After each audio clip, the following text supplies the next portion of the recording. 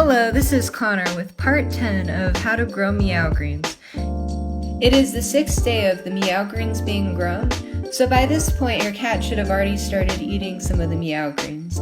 If not, then just go ahead and place it near them. Don't force them to eat from the container, but if they go ahead and eat, that is perfectly fine, and it is ideal if they just eat on their own. If they aren't eating it by just going over and grazing, then go ahead and put it in their cat food, and they should eat it.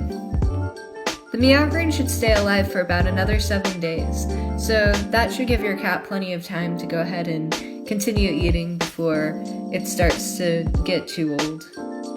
We're going to go ahead and pour a little bit more water in there. So be sure to pour the water back out into the sink whenever you get done, because there might be a bit too much water in there. I think by now you've started to get the hang of Meow Greens, so from the next video forward, I will be teaching you little tips and tricks on how to grow the Meow Greens. They're little things that really help me when I try to grow them, and I will be sure to tell you those things.